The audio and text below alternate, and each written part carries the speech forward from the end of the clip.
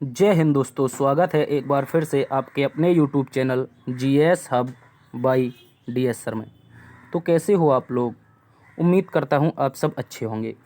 साथ ही आज की श्रृंखला में हम एक बार से देखने वाले हैं एक नया सेशन, जिसमें एसएससी सीएचएसएल एग्ज़ाम 2023 को मद्देनज़र रखते हुए आज है 29 जुलाई और 29 जुलाई को इम्पोर्टेंट टॉप 20 प्रश्न देखने वाले हैं। दोस्तों, आपका अभी 2 से 17 अगस्त के बीच में 2 से 17 अगस्त के बीच में एसएससी सीएचएसएल का एग्ज़ाम होने वाला है। और एसएससी सीएचएसएल की जो प्रिपरेशन है उसके मद्देनज़र रखते हुए 2, 3, 4 क्लास हैं जो टॉप इम्पोर्टेंट क्वेश्चन है एसएससी के द्वारा बार बार पूछे गए हैं सीएचएसएल की परीक्षाओं में। उन सभी को हम क्या करेंगे, 2-3 दिन में कवर करेंगे। तो इम्पोर्टेंट क्लास है, आप लोगों से निवेदन है कि जुड़े रहेंगे। और यदि आप एसएससी सीएचएसएल एग्ज़ाम की तैयारी कर रहे हैं तो ये क्लास आपको पूरी देखनी है। साथ ही कुछ इस तरह से क्वेश्चन रहने वाले हैं, इंपॉर्टेंट 20 प्रश्न रहेंगे। इन सभी का हम डिटेल से अध्ययन करेंगे और जानेंगे कि सीएचएसएल जो आपका 2 से 17 अगस्त तक एग्ज़ाम कंडक्ट होगा उसमें किस प्रकार से क्वेश्चन पूछे जा सकते हैं। तो सारे के सारे एक्सपेक्टेड क्वेश्चन रहेंगे जो कि एग्ज़ाम में पूछे जाएंगे। चलते हैं आज के पहले प्रश्न की तरफ। आज का मोटिवेशन कोट जो आपको ऊर्जावान बनाएगा और मंजिल के प्रति जागरूक रखेगा। कह रहा है दोस्तों, बारिश की बूंदें भले ही छोटी हों, बारिश की बूंदें भले ही छोटी हों, लेकिन उनका लगातार बरसना बड़ी नदियों का बहाव बन जाता है। वैसे ही हमारे छोटे छोटे प्रयास भी जिंदगी में बड़ा परिवर्तन ला सकते हैं। दोस्तों, कह रहा है कि जिस प्रकार बारिश की बूंदें बार बार निरंतर बरसती रहती हैं, उनसे नालियों का निर्माण होता है, नालियों से नालों का निर्माण होता है। और उसी प्रकार से जब उन नालों के माध्यम से पानी नदियों में जाता है तो नदियों का बहाव बन जाता है। ठीक है, तो वैसे ही कह रहा है कि यदि हम निरंतर छोटे छोटे दोस्तों प्रयास करते रहेंगे, आप निरंतर क्लासेस को देखते रहेंगे, भले ही किसी भी प्लेटफॉर्म पर देखें, लेकिन जो निरंतर प्रयास होता है वो ज़िंदगी में बड़ा परिवर्तन लाता है। तो वही आपके एग्ज़ाम के लिए निरंतर जो आप बार बार तैयारी करते रहेंगे तो आपके एग्ज़ाम में भी आपको सफलता मिलने वाली है।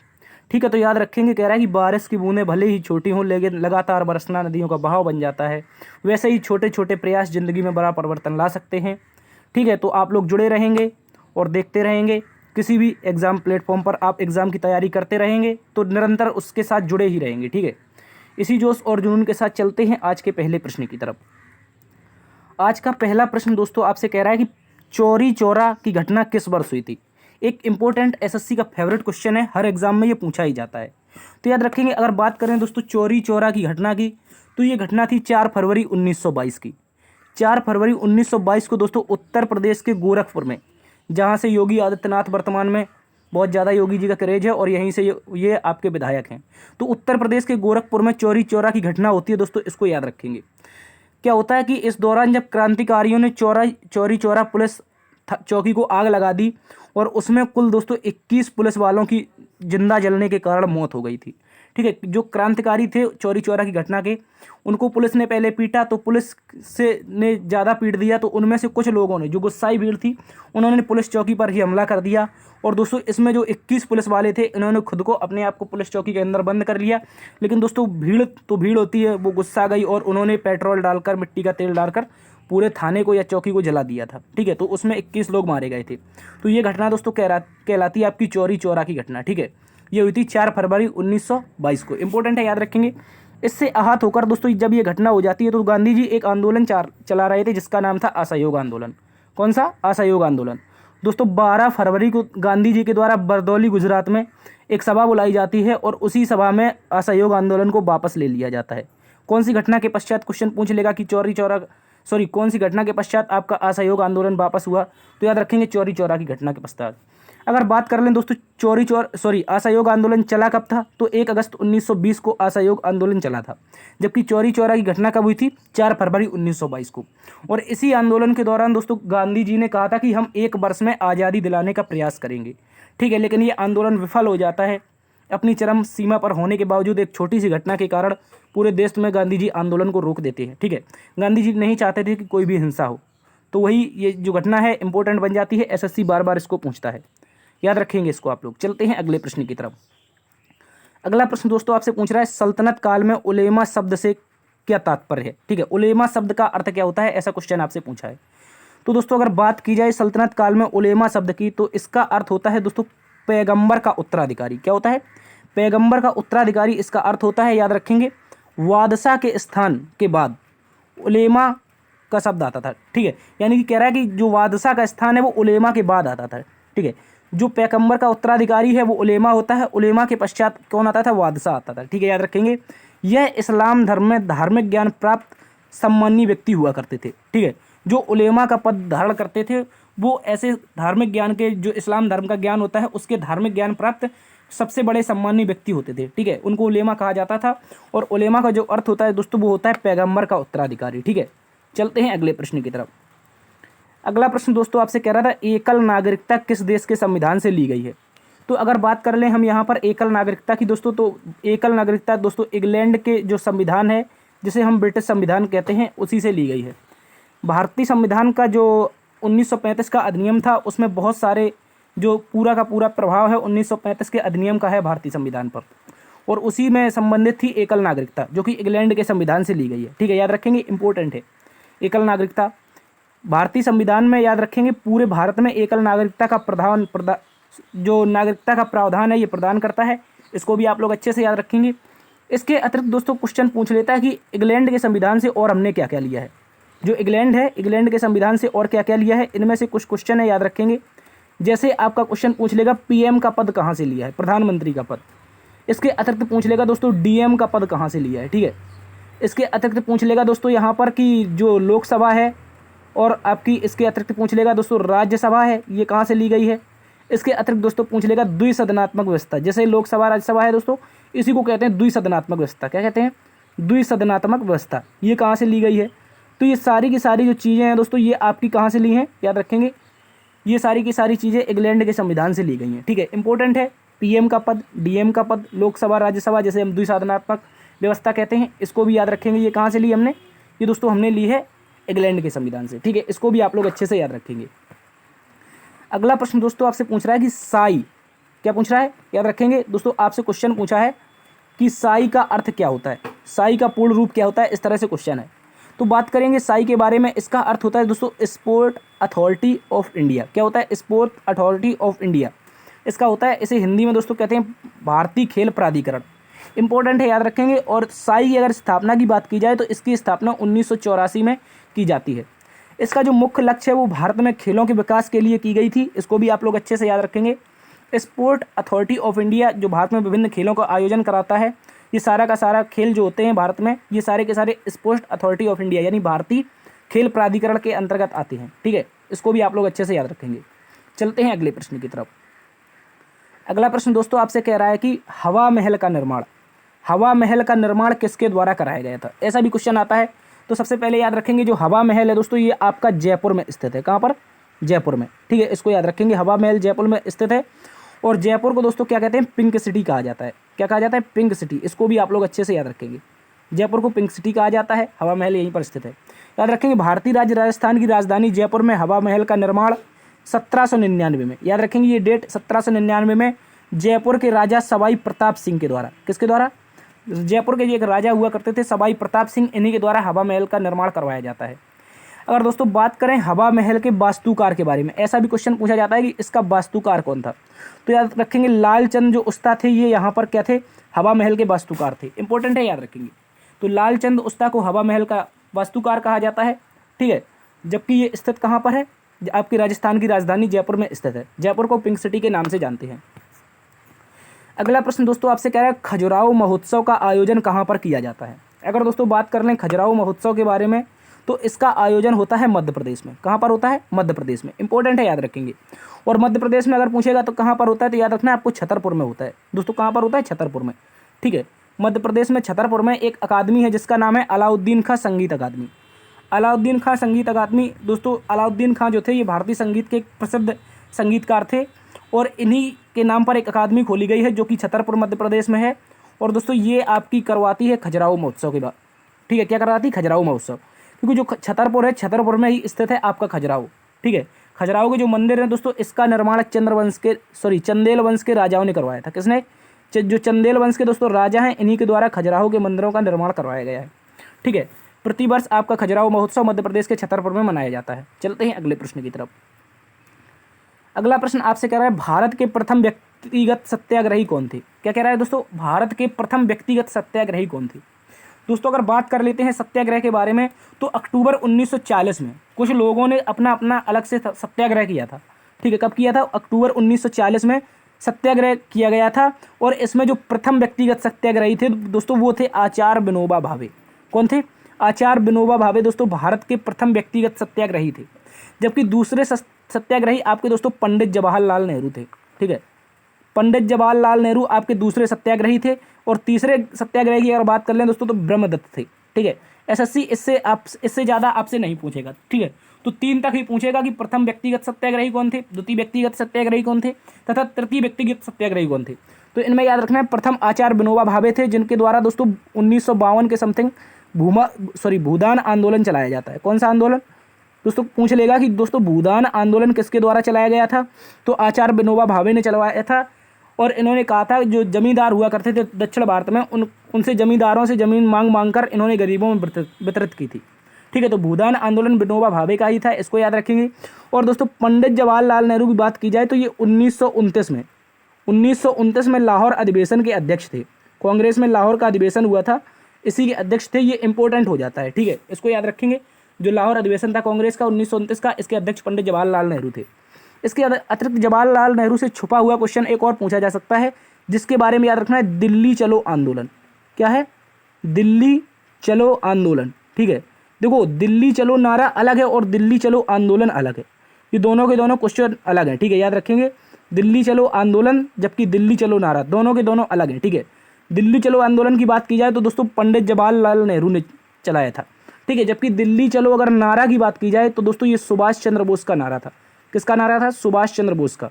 इंपॉर्टेंट है, याद रखेंगे, सुभाष चंद्र बोस का नारा होता है, जबकि आंदोलन पंडित जवाहरलाल नेहरू का हो जाता है। ठीक है, चलते हैं अगले प्रश्न की तरफ।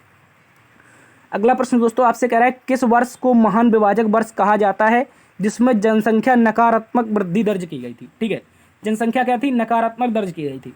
तो दोस्तों अगर बात की जाए 1911 से 1921 के मध्य की, जो 1911 से 1921 के मध्य का समय है, इसको दोस्तों महान विभाजक वर्ष कहा जाता है। ठीक है, याद रखेंगे, या तो ऑप्शन में आपको 1911 दे देगा या ऑप्शन में 1921 दे देगा। ठीक है, तो 21 आपको राइट मार के आना है। ठीक है, क्योंकि जो 1911 की जनगणना थी, इसमें भारत की मान लीजिए एक्स जनसंख्या थी। ठीक है, लेकिन 1921 में जब जनगणना हुई तो दोस्तों ये जनसंख्या x-1 बची थी। यानी कि कह सकते हैं कि जनसंख्या बढ़ने की बजाय कैसी हो गई थी? घट गई थी। ठीक है, तो 1921 का जो वर्ष है दोस्तों, इसी को कहा जाता है महान विभाजक वर्ष। इंपॉर्टेंट है, याद रखेंगे, इस समय देश की जनसंख्या बढ़ने की बजाय घट गई थी। ठीक है, इसको याद रखेंगे। अगर दोस्तों बात कर लें हम यहाँ पर कि पहली बार जनगणना कब हुई, क्या क्वेश्चन पूछ सकता है कि पहली बार जनगणना कब हुई, और बहुत ज़्यादा एसएससी इसको पूछता है। ठीक है, तो 1872 में लॉर्ड मेयो के शासनकाल में हुई थी। ठीक है, 1872 में पहली बार भारत में जनगणना होती है, जब भारत का जो वायसराय होता है वो आपका लॉर्ड मेयो होता है। ठीक है, इसके अतिरिक्त दोस्तों जो आपकी वैज्ञानिक आधार पर जनगणना थी, कौन सी? क्वेश्चन पूछ लेगा कि वैज्ञानिक आधार पर पहली बार जनगणना किसके शासनकाल में हुई? तो दोस्तों 1881 में, जस्ट 9 वर्ष बाद 1881 में लॉर्ड रिपन के शासनकाल में। ठीक है, लॉर्ड रिपन के शासनकाल में दोस्तों होती है आपकी वैज्ञानिक आधार पर पहली जनगणना। ठीक है, इसको याद रखेंगे। अगर बात कर ली जाए दोस्तों 2011 की जनगणना के बारे में, तो ये दोस्तों अपनी 15वें क्रम की जनगणना थी। कौन से क्रम की? 15वें क्रम की। आज़ादी के बाद 7वें क्रम की थी, जबकि 15वें क्रम की ओवरऑल थी। ठीक है, चलते हैं अगले प्रश्न की तरफ। अगला प्रश्न दोस्तों आपसे पूछा था, नवंबर 2022 में मेजर ध्यानचंद खेल रत्न पुरस्कार से किसे सम्मानित किया गया है? तो याद रखेंगे, जो मेजर ध्यानचंद पुरस्कार है दोस्तों, इसे भारत में खेल का सर्वोच्च पुरस्कार कहा जाता है। जो भारत में खेल का जो सर्वोच्च पुरस्कार है दोस्तों, इसे क्या कहा जाता है? मेजर ध्यानचंद खेल रत्न पुरस्कार कहा जाता है। पहले इसका नाम राजीव गांधी खेल रत्न पुरस्कार हुआ करता था, लेकिन जो बीजेपी सरकार है इसके द्वारा इसका नाम चेंज कर दिया जाता है, और जो महान खिलाड़ी थे भारत के हॉकी के, मेजर ध्यानचंद के नाम पर इनका रख दिया जाता है। ठीक है, हाल ही में भारत सरकार के द्वारा इसका नाम चेंज कर दिया गया है। ठीक है, तो बात की जाए नवंबर 2022 में अगर मेजर ध्यानचंद खेल रत्न पुरस्कार की, तो दोस्तों इससे सम्मानित होने वाले भारत के मशहूर टेबल टेनिस खिलाड़ी अचंता शरत कमल है। कौन है? अचंता शरत कमल। दोस्तों इन्होंने बर्मिंघम में जो अभी हाल ही में 2022 में कॉमनवेल्थ गेम्स हुए थे, इनमें भारत के लिए सर्वश्रेष्ठ प्रदर्शन किया था। किसने? अचंता शरत कमल ने। आप इनकी फ़ोटो यहाँ पर देख सकते हैं, ये अचंता शरत कमल है, जिन्हें 2022 का भारत का सर्वोच्च खेल सम्मान दिया गया है। ठीक है, और दोस्तों अगर बात की जाए, इन्हें बर्मिंघम में इनके द्वारा यहाँ पर 3 गोल्ड, ठीक है, 3 गोल्ड और 1 ब्रॉन्ज जीता गया था। क्या जीता गया था? 3 गोल्ड और 1 ब्रॉन्ज। इसी के तहत इनको सर्वश्रेष्ठ प्रदर्शन के लिए क्या मिला था? मेजर ध्यानचंद खेल रत्न पुरस्कार मिला था। चलते हैं अगले प्रश्न की तरफ। अगला प्रश्न दोस्तों आपसे कह रहा है पद्मश्री से सम्मानित भारत की प्रथम महिला या फिर अभिनेत्री कौन थी? ठीक है, तो बात की जाए भारत में पहली बार पद्मश्री किसे दिया गया, तो याद रखेंगे पहली महिला जो थी जिसको पद्मश्री मिला वो थी नरगिस दत्त। कौन थी दोस्तों? नरगिस दत्त थी, जिनको भारत में पहली बार महिला या फिर अभिनेत्री के रूप में क्या मिला था? पद्मश्री सम्मान मिला था। ठीक है, भारत सरकार के द्वारा भारत के चौथे सबसे बड़े सम्मान पद्मश्री से सम्मानित किया गया था किसको? नरगिस दत्त को। ठीक है, इसके अतिरिक्त बात कर लें दोस्तों इन्हें मिला कब था, तो याद रखेंगे इनको साल 1958 में इस पुरस्कार से सम्मानित किया गया था। अगर बात करें पद्मश्री, पद्म भूषण और भारत रत्न की शुरुआत कब हुई, तो दोस्तों 1954 में इसकी शुरुआत होती है।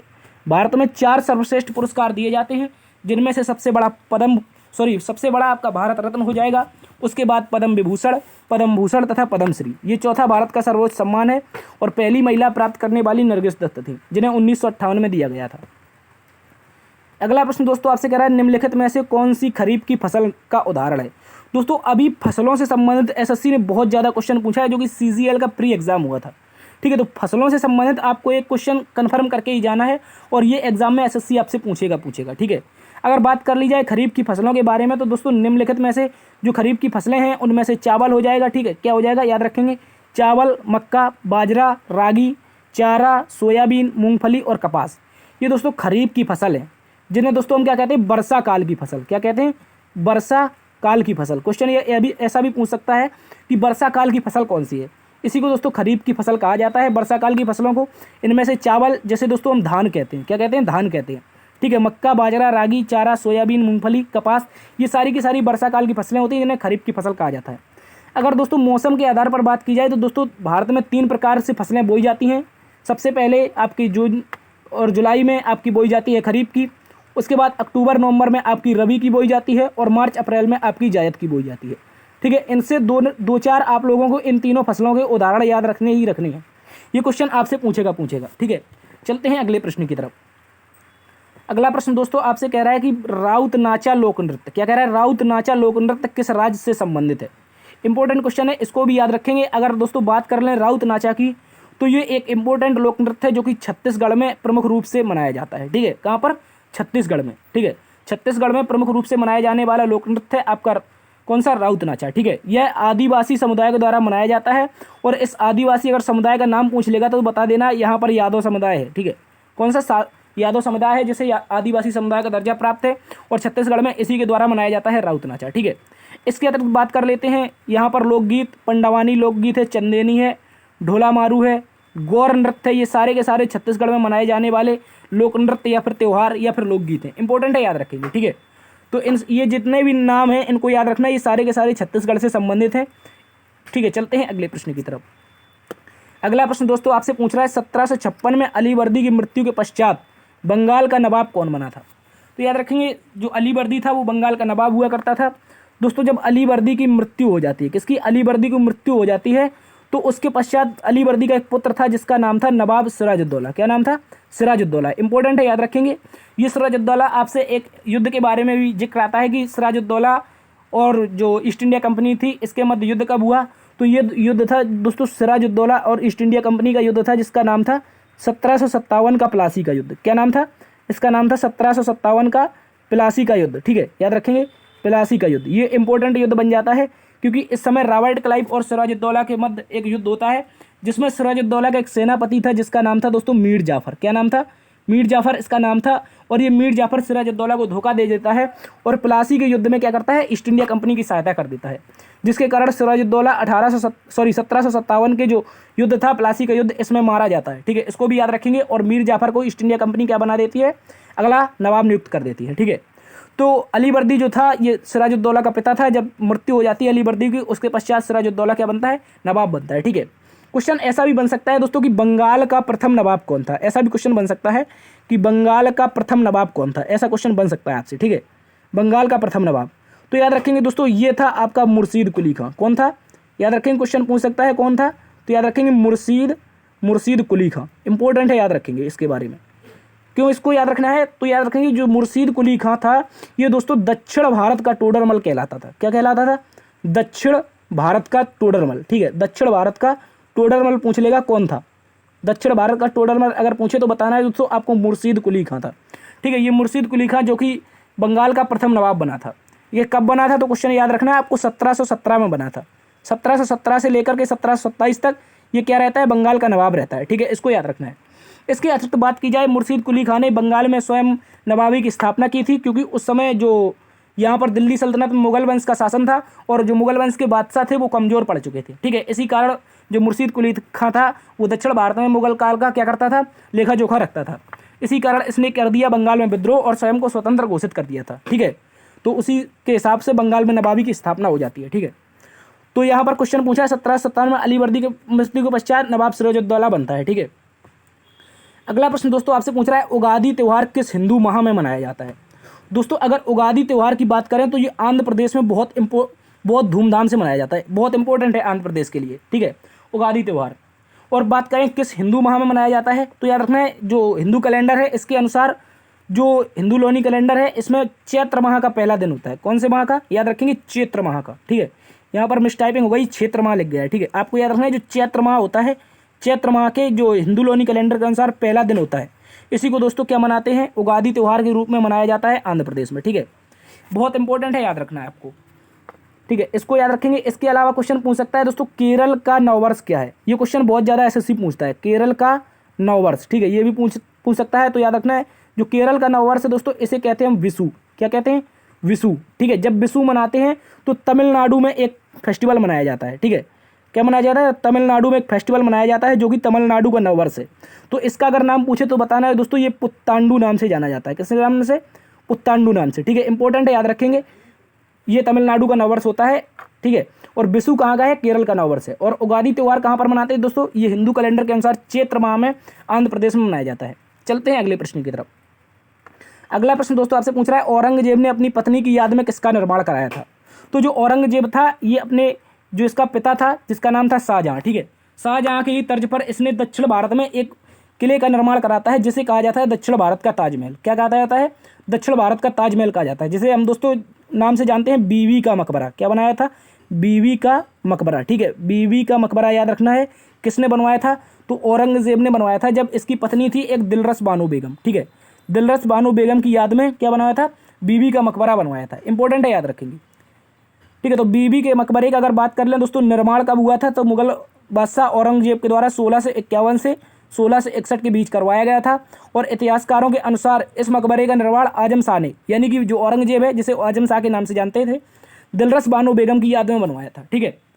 और दोस्तों इसे क्या कहा जाता है, दक्षिण भारत का ताजमहल कहा जाता है। क्या कहा जाता है, क्वेश्चन पूछ लेगा कि दक्षिण भारत का ताजमहल कौन है, दक्षिण भारत का ताजमहल, ठीक है।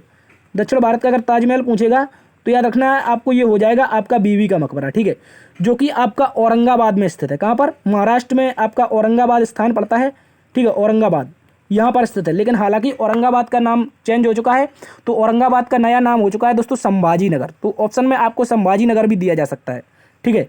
तो कहाँ पर है आपका बीवी का मकबरा, औरंगाबाद या फिर संभाजी नगर में स्थित है, जो औरंगजेब के द्वारा बनवाया गया था। दक्षिण भारत का ताजमहल या ताजमहल की बद्दी नकल, ठीक है। चलते हैं अगले प्रश्न की तरफ। अगला प्रश्न दोस्तों आपसे पूछ रहा है अल्पसंख्यकों के लिए शिक्षा का अधिकार किस अनुच्छेद में। क्या कह रहा है, जो अल्पसंख्यक हैं अल्पसंख्यकों के लिए शिक्षा का अधिकार किस अनुच्छेद में। तो बात करते हैं भारतीय संविधान के अनुच्छेद के 30(1) के क्लॉज 1 की, किसकी, याद रखेंगे अनुच्छेद 30 के क्लॉज 1 की बात की जाए तो इस अनुच्छेद के तहत भारतीय संविधान में सभी अल्पसंख्यकों के लिए धार्मिक या भाषा के आधार पर अपनी पसंद की शैक्षिक संस्थान स्थापित करने का अधिकार है, ठीक है।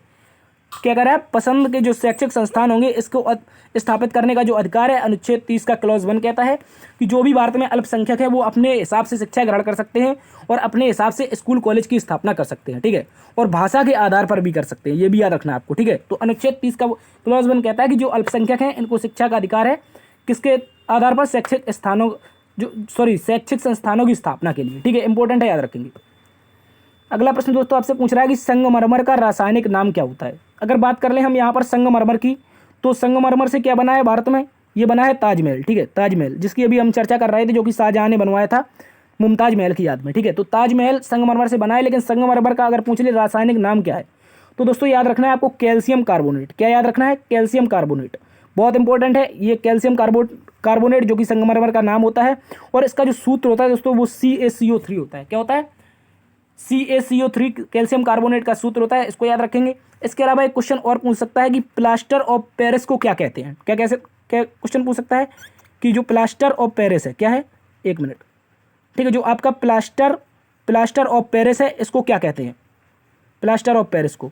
तो जो प्लास्टर ऑफ पेरिस होता है दोस्तों इसको हम शॉर्ट में POP कहते हैं। क्या कहते हैं? POP कहते हैं, या फिर इसी को जिप्सम कहते हैं। क्या कहते हैं? जिप्सम, ठीक है, जिप्सम कहते हैं।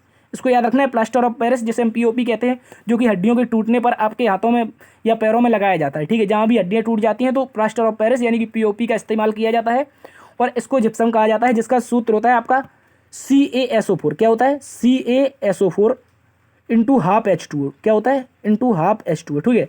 इसको याद रखना है, CaSO4 इंटू हाफ H2O आपका जिप्सम का सूत्र होता है। जबकि संगमरमर का सूत्र क्या होता है, जिसे कैल्शियम कार्बोनेट कहते हैं, CaCO3 होता है, ठीक है। चलते हैं अगले प्रश्न की तरफ।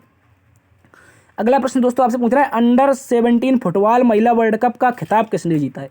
यह भी SSC का फेवरेट क्वेश्चन बना हुआ है करंट अफेयर के बारे में, ठीक है। जो करंट अफेयर चलती है आपकी, इसी के बारे में जो SSC क्वेश्चन पूछ रहा है बार बार एग्जाम में, ये पूछ रहा है कि अंडर 17 फुटबॉल महिला विश्व कप का खिताब किसने जीता, इसका आयोजन कहाँ हुआ, या फिर इसके आयोजन की तिथि क्या है। इस तरह से क्वेश्चन पूछ रहा है। तो अंडर 17 फुटबॉल महिला विश्व कप भारत में आयोजित किया गया है, और भारत के 3 शहरों में। कहाँ पर? जो भारत के 3 शहर हैं इन्हीं में आयोजित किया गया है, ठीक है। कहाँ पर किया गया है तो याद रखना है आपको, नवी मुंबई में। कहाँ पर? नवी मुंबई में, ठीक है। नवी मुंबई के अलावा कहाँ पर हुआ है सर? इसके अलावा गोवा में हुआ है, ठीक है। गोवा के अलावा कहाँ पर हुआ है दोस्तों? उड़ीसा में हुआ है, ठीक है। कहाँ पर हुआ है? उड़ीसा में। तो ये 3 राज्य हैं, 3 शहर हैं जहाँ पर आपका क्या हुआ है, महिला फीफा वर्ल्ड कप अंडर 17 का प्रारूप खेला गया है। अगर बात कर लें दोस्तों इसका खिताब किसने जीता है, तो याद रखना है आपको, स्पेन ने कोलंबिया को 1-0 से हराकर, ठीक है। कोलंबिया को 1-0 से हराकर इसका खिताब जीता है किसने? स्पेन ने, ठीक है। अंडर 17 फुटबॉल महिला विश्व कप जो कि कोलंबिया को हराकर स्पेन ने इसका खिताब जीता है, ठीक है। याद रखेंगे इस विश्व कप का आयोजन भारत में किया गया था, और अगर पूछ ले कब से कब तक हुआ था तो 11 अक्टूबर से 31 अक्टूबर तक, ठीक है। चलते हैं अगले प्रश्न की तरफ। अगला प्रश्न दोस्तों आपसे पूछ रहा है, पंचायत में कुल कितने विषय शामिल होते हैं, ठीक है। तो अगर बात कर लें दोस्तों पंचायत की, तो आपको याद रखना है एक संविधान संशोधन है भारत में, 73वां संविधान संशोधन अधिनियम 1992, ठीक है। 73वां संविधान संशोधन अधिनियम 1992 के तहत भारत में पंचायत की स्थापना होती है, और क्वेश्चन पूछ लेगा कब होती है, तो 24 अप्रैल, कब होती है? 24 अप्रैल 1993 को होती है, ठीक है। 24 अप्रैल 1993 को होती है भारत में पंचायत की स्थापना, ठीक है। इसी कारण 24 अप्रैल को दोस्तों मनाते हैं पंचायती राज दिवस, ठीक है। इसको याद रखना है। इसके अतिरिक्त अगर बात कर लें पंचायत में क्या जोड़ा था, कितने विषय हैं, ठीक है। तो जब ये संविधान संशोधन हो जाता है 73वां संविधान संशोधन, तो इसके तहत अनुसूची 11 को जोड़ा जाता है। याद रखेंगे इसमें कुल 29 विषय हैं। अगर क्वेश्चन पूछ लेगा कितने विषय हैं और कैसे याद रखने हैं, तो याद रखना है आपको, अनुसूची क्या है? 11 है, ठीक है। आपको याद रखना है अनुसूची क्या है? 11 है, ठीक है। कौन है? 11, और 2 अगर 9 को जोड़ेंगे, ठीक है, ये अगर विषय जोड़ेंगे तो क्या आ जाएगी? अनुसूची 11 आ जाएगी, जो कि पंचायत से संबंधित है, ठीक है। तो 29 विषय आपके क्या हो जाएंगे? अनुसूची 11 में हो जाएंगे, जो कि पंचायत से संबंधित है। इसके अतिरिक्त दोस्तों एक और याद रखना है, 74वां संविधान संशोधन, 74वां कॉन्स्टिट्यूशन अमेंडमेंट, ये भी 1992 का ही था, और दोस्तों इसमें जोड़ी गई थी नगर निकाय। क्या जोड़ा गया था? नगर निकाय, ठीक है। नगर निकाय जोड़ा गया था, और इसमें याद रखना है इसमें कुल 18 विषय हैं। कितने विषय हैं? 18 विषय हैं, ठीक है। इसको भी याद रखेंगे, नगर निकाय में 18 विषय हैं, और 74वें संविधान संशोधन के तहत अनुसूची 12 में जोड़े जाते हैं। ये जो 18 विषय कहाँ पर जोड़े जाते हैं? ये आपकी अनुसूची 12 है, ठीक है। ये भी याद रखना है आपको, ये भी एग्जाम में बहुत ज़्यादा SSC पूछता है, ठीक है। तो चलते हैं अगले प्रश्न की तरफ। अगला प्रश्न दोस्तों आपसे पूछ रहा है, विंग्स ऑफ फायर पुस्तक के लेखक कौन है और इसका प्रकाशन कब हुआ था। ऐसा क्वेश्चन भी पूछा गया है, जो कि CGL का पिछली बार एग्जाम हुआ था अप्रैल माह में, ठीक है। तो इसमें पूछा गया था कि विंग्स ऑफ फायर पुस्तक के लेखक कौन है और इसका प्रकाशन कब हुआ। तो याद रखेंगे, अगर बात करें दोस्तों विंग्स ऑफ फायर पुस्तक के बारे में, तो इसका लेखक भारत के मिसाइल मैन कहे जाने वाले भारत के पूर्व राष्ट्रपति, ठीक है, पूर्व राष्ट्रपति श्री APJ अब्दुल कलाम के द्वारा लिखी गई है विंग्स ऑफ फायर। कौन सी? विंग्स ऑफ फायर दोस्तों आपको APJ अब्दुल कलाम के द्वारा लिखी गई है। ये भारत के पूर्व राष्ट्रपति भी रह चुके हैं, और इन्हें मिसाइल मैन के रूप में जाना जाता है, ठीक है। अगर बात कर लें इसके प्रकाशन की दोस्तों, तो इसका प्रकाशन 1999 में होता है, जबकि इंडिया विंस फ्रीडम पुस्तक, ये भी मिला जुला नाम है, जिनका नाम है अबुल कलाम आज़ाद। क्या नाम है? अबुल कलाम आज़ाद। ये भारत के पहले शिक्षा मंत्री थे, ठीक है। ये दोनों व्यक्ति अलग अलग हैं, अब्दुल कलाम आज़ाद अलग हैं और अबुल कलाम आज़ाद अलग हैं। ये बात दोस्तों भारत के पहले शिक्षा मंत्री थे जो अबुल कलाम आज़ाद थे, और इनकी पुस्तक थी दोस्तों इंडिया विंस फ्रीडम। क्या नाम था? इंडिया विंस फ्रीडम, ठीक है। इसको भी आप लोग अच्छे से याद रख सकते हैं। चलते हैं अगले प्रश्न की तरफ। तो ये थी साथी आज की क्लास। उम्मीद करता हूँ आज की क्लास और एनालिसिस आपको पसंद आया होगा। यदि इस तरह के और एनालिसिस देखने हैं तो आपको क्या करना है, एक बार से सेशन को लाइक कर देना है, दोस्तों में सेशन को शेयर करना है, ठीक है। और ज़्यादा से ज़्यादा कमेंट करनी है, क्या गलतियां हमसे हो रही हैं उसको बताना है आप लोगों को, और किस तरह से क्वेश्चन आपको करवाए जाएं वो भी कमेंट कर सकते हैं आप लोग, ठीक है। देखते रहिए GSF बाय DS सर। यदि चैनल पर नए हैं तो चैनल को सब्सक्राइब जरूर करें, ठीक है। देखते रहिए GSF बाय DS सर। बड़ों का सम्मान करना, छोटों को प्यार देना। मिलते हैं कल इसी जोश और जुनून के साथ, इसी क्लास में, इसी वक्त, ठीक है। तब तक के लिए अपना ख्याल रखना। जय हिंद।